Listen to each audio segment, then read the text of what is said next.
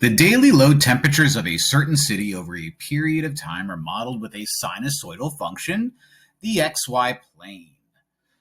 That doesn't seem grammatically right. The minimum daily low temperature is 24 degrees Fahrenheit, and the maximum daily low temperature is 52 degrees Fahrenheit. Based on these temperatures, which of the following is the best value for the amplitude of a sinusoidal function? Well, basically, if you're given a sinusoidal function, something that looks like that, but maybe better drawn, the sinusoidal function's amplitude is the very tippy top to the very bottom, this minus that, but then you divide it by 2.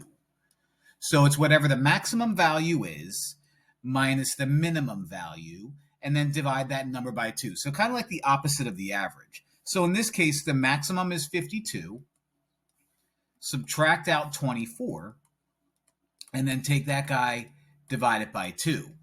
52 minus 24 is 28.